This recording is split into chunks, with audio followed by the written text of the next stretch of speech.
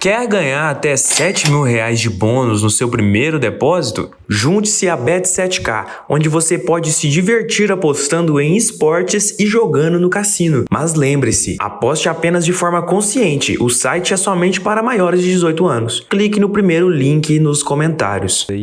Qual que te sobe da cabeça, assim, que te perturba mesmo, assim, que te mais te estressa, assim, que você não curte mesmo ver, você odeia de toda a sua força? Ou pra mim, de todos os crimes que existem lá no nosso Código Penal, tá descrito lá nas leis, nas legislações especiais e tal. Pra mim, o crime mais repugnante que existe é crime contra a dignidade sexual. Que é pra mim, assim... Abuso. É abuso. A gente essa parte do duzentão, né? Que é a partir do 213 em frente. O artigo do Código Penal, que eu tô dizendo. Ah, tá. Que a gente que é do meio da direita já fala assim. Pra mim, é o crime mais repugnante que existe. Existe um capítulo inteiro dedicado a ele no nosso Código Penal, que chama assim, dos crimes contra a dignidade sexual. Artigo 213 em diante. Aí dele vai. Aí tem o estupro, aí tem o abuso, tem importunação, o estupro de vulnerável, né, que é cometido contra crianças menores de 14 anos. Tem outros crimes também lá que é descritos de quando tem poder hierárquico dentro de empresa. Então, quando eu escuto esse tipo de crime, cara, eu acho que, tipo assim, não... Mas me dá uma motivação a mais para trabalhar. Sim. Você entendeu? Então, você já teve que passar por isso, então, aqui em Pompéu? Diversas vezes. Sério? Vários casos. Hoje eu trabalho com Maria da Penha, patrimônio e crime sexual. Então você tá total nessa área. Hoje eu tô total nessa área. Caraca. Hoje a equipe foi dividida aqui em Pompéu. Ah, entendi. E isso é bom, que especializa o investigador, né? Naquela questão de investigação, ele começa a criar mais hábitos e mais contigo? técnicas. O meu parceiro hoje é o Maurício. Maurício. O Maurício, todo mundo acho que é bem conhecido aqui, o Maurício Marques, né? A gente trabalha Não junto. é estranho o nome, na verdade. A gente trabalha junto e tem um escrivão também da nossa equipe. Obrigado, Cleiton. Então, pra mim é isso. E principalmente quando eu vou falar que foi cometido contra criança, contra adolescente, né? Então, E assim, por mais que a gente não ouça falar tanto, são recorrentes aqui na nossa cidade esse tipo de crime, né? Muito recorrente. O que eu costumo dizer é o seguinte, porque é um crime, quando é contra criança e adolescente, quando é pedofilia, ele acontece muitas vezes dentro de casa. Então, de casa você fala com a própria família. No seio familiar, dentro da intimidade familiar ali. Então você não vê notícia, igual, por exemplo, tráfico. Você sabe o que acontece, tá aí todos os dias, tem na rua.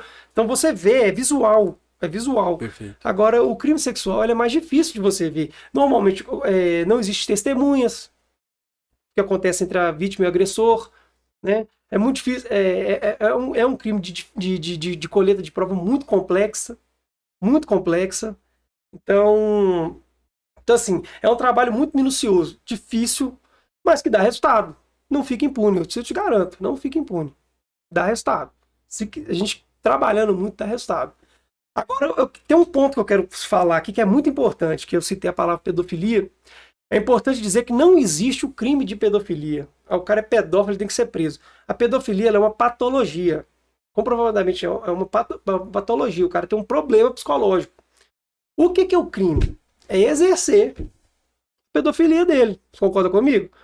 Entendi. Você entendeu o que eu tô dizendo? Entendi. Porque o povo fala, o cara cometeu o crime de pedofilia. Não existe o crime de pedofilia. Existe a patologia pedofilia, como existem outras patologias relacionadas a questões sexuais aí, né? O que eu tô dizendo é o seguinte, o cara exercer a pedofilia dele, exercer aquele desejo dele, que aí se torna crime. Não entendi muito bem, não.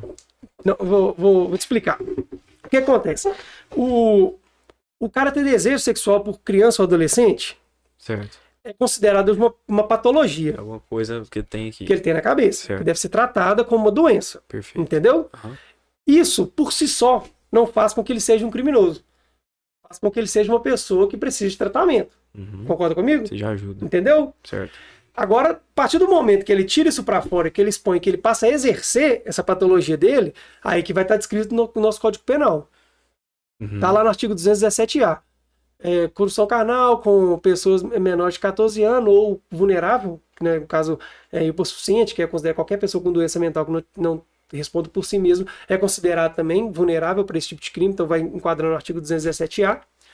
Então, a partir do momento que ele exerce essa patologia dele, aí ele passa a cometer crime. E também tem vários descritos Mas no nesse ECA. caso aí, só te interrompendo, o cara ele vai responder como uma pessoa normal ou uma pessoa que é incapaz de tomar as decisões dele, já que Plenamente é visto como capaz. plenamente capaz? Plenamente capaz. Porque a patologia sexual dele não interfere na intelectualidade dele, na faculdade mental dele, na forma dele pensar e dele de agir.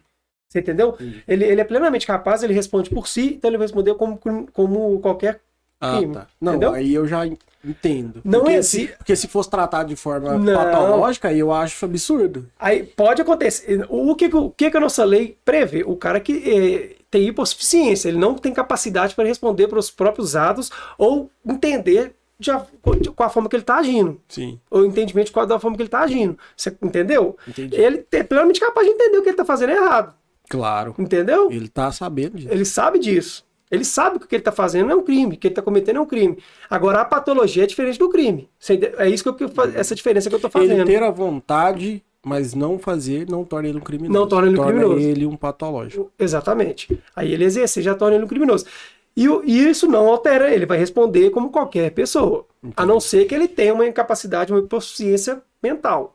Aí ele Sim. vai responder. Aí, mas não interessa se é crime sexual. Poderia ser um homicídio, poderia ser um tráfico. Claro. Aí a legislação prevê para ele tipo de pena. A legislação prevê como é que ele vai responder o processo criminal. Entendeu? Você pegou algum caso do SUP?